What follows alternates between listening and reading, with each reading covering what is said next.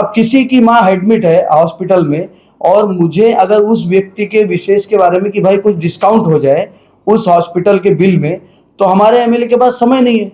वही चीज सरनाइक साहब को बोले तो सरनाइक साहब तुरंत आते हैं और डिस्काउंट करवा देते हैं।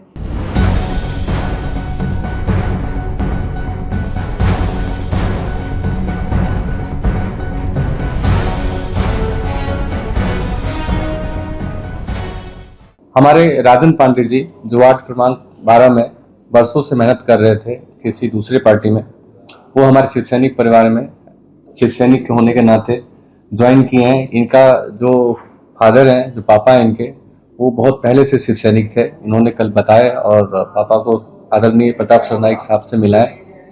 आदरणीय प्रताप सरनाइक साहब के नेतृत्व में काम करना चाहते हैं, उनके कार्य से प्रभावित है और उन्होंने कल अपना पक्ष प्रवेश किया हमारे शिवसेना का।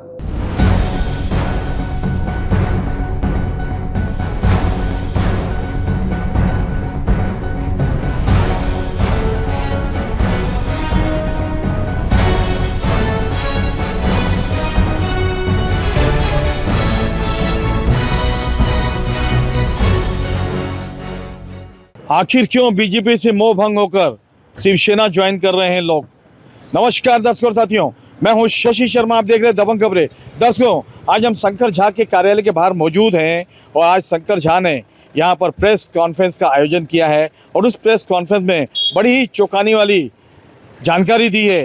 राजन पांडे जो कभी बीजेपी में हुआ करते थे, उन्होंने कल हाल ही में शिवसेना का दामन थामा है शंकर झा के प्रयत्नों से। क्यों उनको शिवसेना का दामन थामना पड़ा, आइए जानते हैं उनसे क्या कहना चाहेंगे। देखिए, मैं जनता का सेवक हूँ, जन सेवक के रूप में मैं काम करता हूँ और मुझे ऐसा लगा कि सरनाइक साहब के अंदर वो क्षमता है कि मेरे सवालों का जवाब वो दे सकते हैं, मेरी चीज़ों को वो आगे तक, मेरी जितने भी जनता की जो समस्याएं आती है वो उसको अच्छे से निपटा सकते हैं।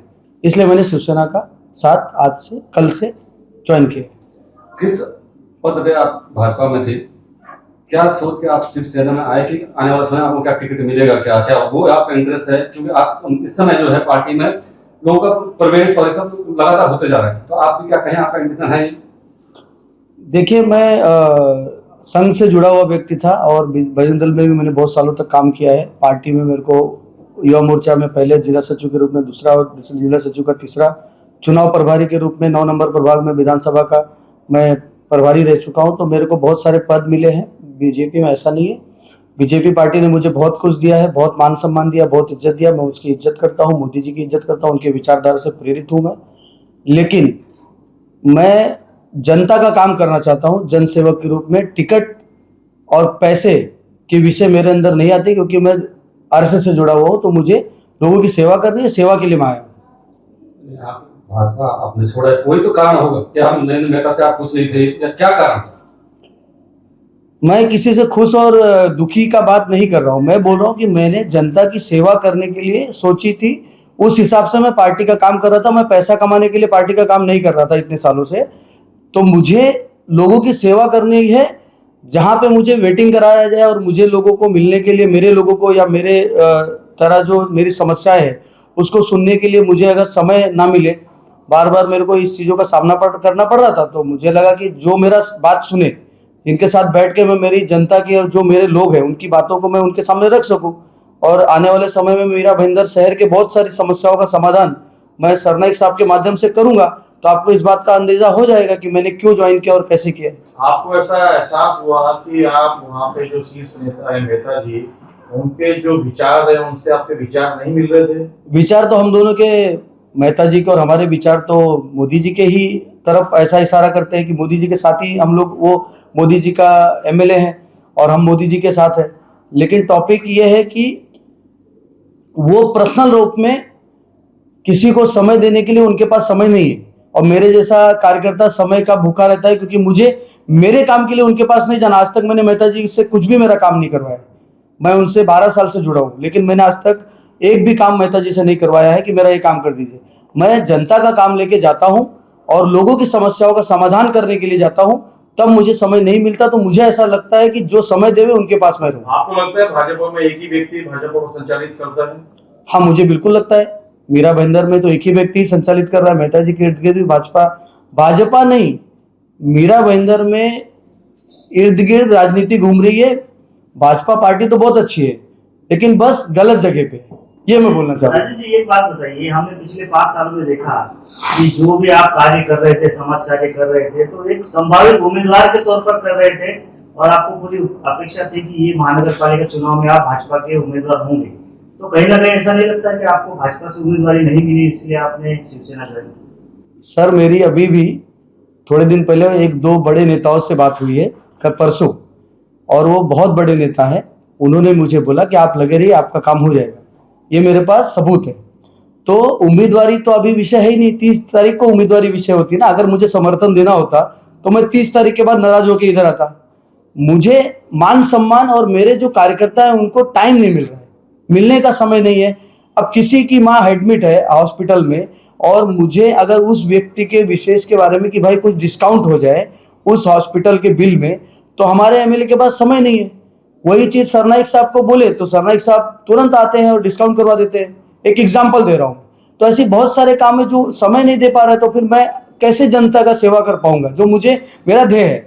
मेरा पैसा कमाना राजनीतिक विषय नहीं है। राजनीतिक विषय बहुत सारे लोगों का अलग अलग तरीके से राजनीति करते हैं, जिनको किसी को नगर सेवक बनना है, किसी को धन कमाना है। मुझे सिर्फ जनता की सेवा करनी है। मैंने मेरे जेब का पैसा डालकर 5 साल से लोगों की सेवा की है। कोई मुझे बोल नहीं सकता, कोई भी नेता, कि मैंने किसी से पैसा लिया। हाँ, अभी शंकर जैसे पैसा 2-4 करोड़ रुपए लिया होगा, ऐसा बात तो लोगों के आएगा।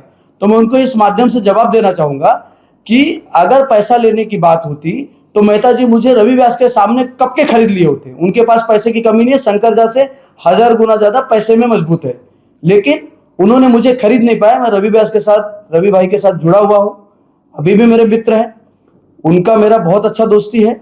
लेकिन पार्टी की विचारधारा, मैं सरनाइक साहब के माध्यम से काम करूंगा, शाखा पे बैठूंगा, नगर सेवक बनूं नहीं बनूं, नेता बनूं नहीं बनूं, लेकिन जन सेवक बन के मीरा भाईंदर की जनता का न्याय देने की पूरी काम करूंगा। और ये आप लोग आने वाले समय में देखोगे। दर्शकों, जो व्यक्ति इतने वर्षों तक भाजपा की सेवा कर रहा है और भाजपा में उसे स्थान नहीं दिया जा रहा है, हर कोई व्यक्ति अपने अस्तित्व की लड़ाई लड़ता है, अपने मान सम्मान के लिए जीता है। अगर उसे मान सम्मान नहीं मिलता तो वो उस घर को छोड़ देता है, चाहे घर हो या परिवार हो।